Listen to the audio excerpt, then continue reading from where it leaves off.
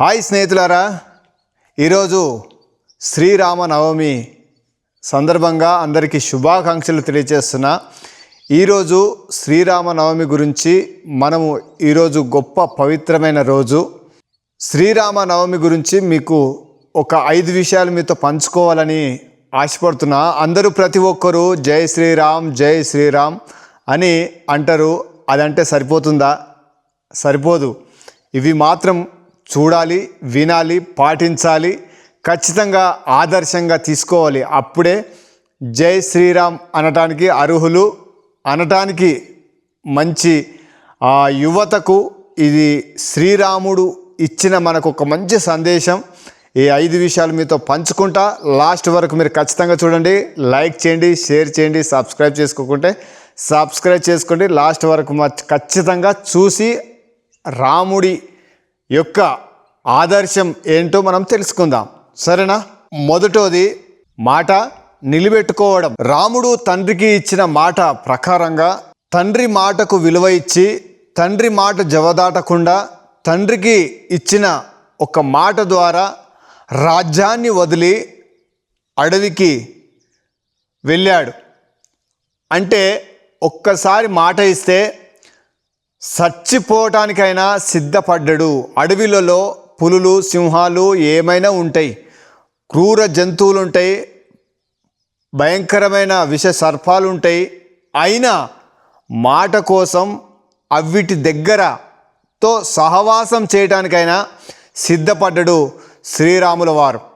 అంటే దీన్ని బట్టి మాట నిలబెట్టుకోవడం అంటే ఒక్కసారి మాట ఇస్తే దాని మీద నిలబడడం, దానిపైన కట్టుబడి ఉండడం.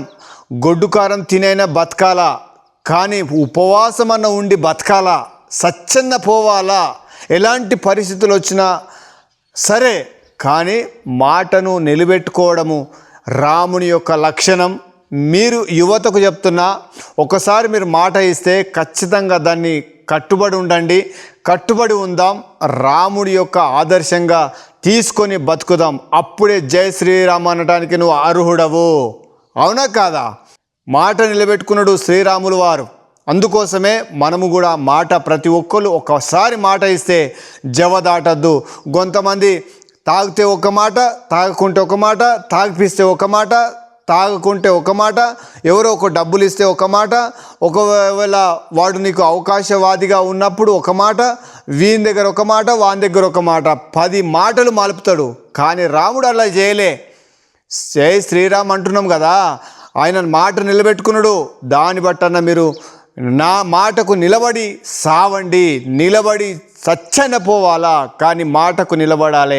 ఆయన మాట ఇచ్చిన దానికి అడవికి వెళ్ళాడు శ్రీరాముడు. రాజ్యాన్ని వదిలి, మంచి భవిష్యత్తును వదిలి, మంచి సింహాసనం వదిలి ఆయన అడవికి వెళ్ళిండు. అందుకోసమే మాట కోసము తండ్రికి మాట ఇచ్చిండు, తండ్రికి మాట నిలబెట్టుకున్నాడు. అప్పుడు ఆయన మనకు ఆదర్శంగా, శ్రీరాముడు ఆదర్శంగా ఉన్నాడు కనుక మనం కూడా మాట నిలబెట్టుకుందాం. రెండవది ధర్మాన్ని పాటించడం. ఎంత కష్టం వచ్చినా, ఎంత నష్టం వచ్చినా, ఎలాంటి పరిస్థితులు వచ్చినా ఆయన ధర్మాన్ని వదలలేదు, ధర్మాన్ని ఇడిసబెట్టలేదు, ధర్మాన్ని పాటించిండు. మనం కూడా ధర్మాన్ని అనుసరించాలి, ధర్మాన్ని ఆచరించాలి, ధర్మంతో బ్రతకాలి, ధర్మంగా జీవించాలి. రాముల వారు ధర్మాన్ని పాటించిండ్రు, అందుకోసమే మనం కూడా పాటిద్దాం. మూడోది కుటుంబ విలువలు.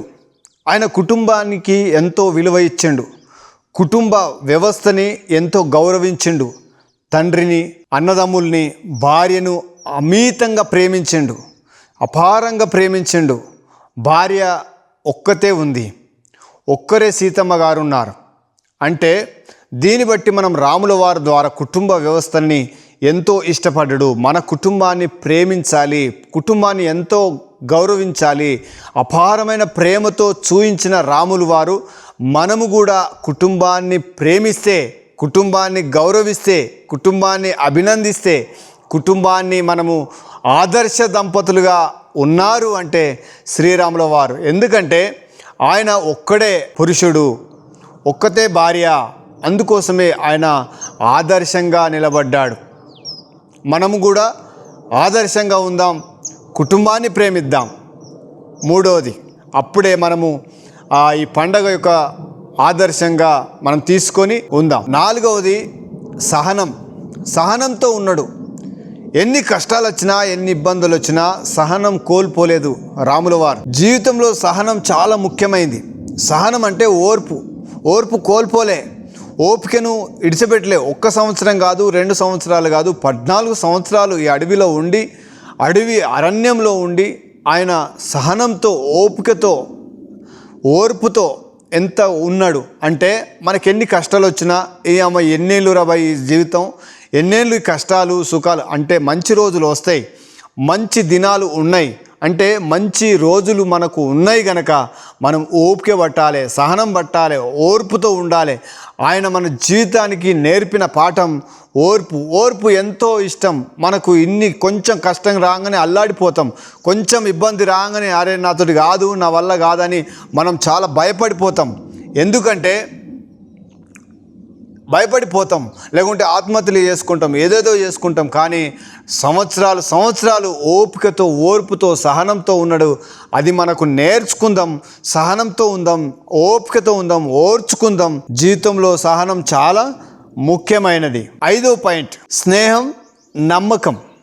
ఆయన స్నేహము వదలలేదు. హనుమంతుడు, సుగ్రీవుడు లాంటి స్నేహితులను ఆయన నమ్మకాన్ని నిలబెట్టింది.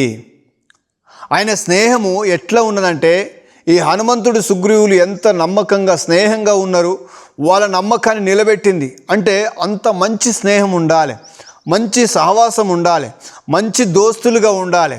స్నేహం అంటే ఇలాంటి స్నేహం చేయాలి. ప్రాణాలను నిలబెట్టుకునేంత స్నేహం చేయాలి, ప్రాణాలని నిలబెట్టేంత స్నేహాలు చేయాలి. దొంగ స్నేహాలు చేయొద్దు. దీనికి ఆదర్శం రాములు వారు స్నేహాన్ని నిలబెట్టుకున్నాడు, నమ్మకాన్ని నిలబెట్టుకున్నాడు, స్నేహితులతో మంచి స్నేహం చేసిండు. అలాంటి స్నేహం కలిగి మనం ఉందాం. మంచి స్నేహితులతో ఉందాం. భవిష్యత్తుని బాగు చేసే స్నేహితులతో ఉందాం. మనల్ని సరిదిద్దే వాళ్ళ స్నేహితులతో ఉందాం. కష్ట సుఖాలలో పంచుకునే వారి స్నేహాలు ఉందాం. అంటే స్నేహాలు ఎలాగైనాయంటే తాగిపిస్తునో, తందనాలాడుతునో స్నేహాలు చేయొద్దు. ఒక మంచి స్నేహితుడు, నిన్ను కొట్టేవాడు స్నేహితుడిగా ఉండాలి, నేను తిట్టేవాడు స్నేహితుడిగా ఉండాలి, నిన్ను బెదిరించేవాడు, నిన్ను సరిచేసేవాడు, నీ భవిష్యత్తును మంచి కోరేవాడు స్నేహితుడిగా ఉండాలి. వాడు నిజమైన స్నేహితుడు. ఈ హనుమంతుడు, సుగ్రీవులతో స్నేహాలు ఎంత మంచిగా ఉన్నాయి రాముల వారికి. అలాంటి స్నేహాలు మీరు చదివి చూడండి, నేర్చుకోండి. హనుమంతుని ద్వారా, సుగ్రీవుల ద్వారా, ఈ రాముడి ద్వారా మనం నేర్చుకోవచ్చు. స్నేహాల వల్ల ఎంత స్నేహం ఉన్నదో, స్నేహ బంధం ఉన్నదో మనము నేర్చుకోవచ్చు వీళ్ళ ద్వారా. అందుకోసమే స్నేహాలు, మంచి స్నేహితులుగా ఉండండి. మంచి ఒక ఆదర్శంగా స్నేహితులుగా ఉంటే మనం రాముల వారిని ఆదర్శంగా తీసుకున్నట్టు. అయితే ఈ పండగకు అందరూ జై శ్రీరామ్ అనడం కంటే 5 పాటిస్తే ఖచ్చితంగా మనము నిజమైన స్నేహితులుగా ఉన్నట్టని నేను భావిస్తున్నాను. ఈ రోజుల్లో చిన్న చిన్న విషయాలకే విరిగి నలిగిపోతున్నాం గనక దానికోసమే రాముడు మనకు నేర్పిస్తున్న ఈ 5 పాఠాలు మనం పాటిస్తే ఖచ్చితంగా రాముల వారికి జై శ్రీరామ్ జై అని మనం నినాదం చేయొచ్చు, అర్హులం కూడా. సరేనా? జీవితంలో ఎంత కష్టం వచ్చినా ధర్మాన్ని వదలలేదు రాముల వారు. సక్సెస్ అనేది డబ్బుతో కాదు, మన విలువలే నిజమైన విజయం. అయితే లాస్ట్కి ఒక మాట చెప్పాలనుకుంటున్నా. ఈ శ్రీరామ నవమి సందర్భంగా యువతకు ఒక మాట చెప్పాలనుకుంటున్నా. చాలా జాగ్రత్తగా వినండి. లాస్ట్లో మనం ఒక నిర్ణయం తీసుకుందాం. ఏం నిర్ణయం తీసుకుందాం చెప్పాలా? నిజాయితీగా జీవిద్దాం. ఎలాంటి పరిస్థితులు ఉన్నా సరే నిజాయితీగా నిలబడదాం, నిజాయితీగా ఉందాం. అప్పుడే మనము ఈ పండగ సందర్భంగా మీకు ఖచ్చితంగా ఒక నిర్ణయం తీసుకుందాం అందరం కలిపి. 2వ పాయింట్, మాట నిలబెట్టుకుందాం. ఎలాంటి మాట ఇచ్చినా సరే, ఎలాంటి పరిస్థితి ఇచ్చినా సరే ఆలోచన చేసి మాట ఇద్దాం. ఒకవేళ లేదంటే లేదు, కాదంటే కాదు, అవునంటే అవును అన్నట్టుగా ఉందాం. అంతేగాని ఏదో మాట ఇచ్చినాంలే అది కాదు. మాట నిలబెట్టుకుందాం. ఇప్పటి నుంచి నిర్ణయం తీసుకుందాం. సరేనా? మాట నిలబెట్టుకుందాం. ఎలాంటి పరిస్థితులు వచ్చినా సరే, ఏమన్నా సరే, అందరు తిట్టినా సరే, అందరు మన మీద దుమ్మెత్తి పోసినా సరే, కానీ మాటను నిలబెట్టుకుందాం, నిజాయితీగా ఉందాం. ధర్మాన్ని అనుసరిద్దాం, మూడో పాటిద్దాం, ధర్మంతో బ్రతుకుదాం, ధర్మానుసారంగా ఉందాం, ధర్మానికి కట్టుబడి ఉందాం. అప్పుడే మనకు మంచి పండగ వచ్చినాయని రాములు వారు మనకు నేర్పిన పాఠాన్ని మనం నేర్చుకున్నాం. దయచేసి మీకు నచ్చితే లైక్ చేయండి, షేర్ చేయండి, సబ్స్క్రైబ్ చేసుకోకుంటే సబ్స్క్రైబ్ చేసుకోండి, లైక్ మాత్రం తప్పకుండా కొట్టండి, నన్ను ఫాలో కండి. మంచి వీడియోల కోసం, వచ్చే వీడియో కోసం మీరు వేచి ఉండండి. Thank you. జై శ్రీరామ్. ధన్యవాదాలు.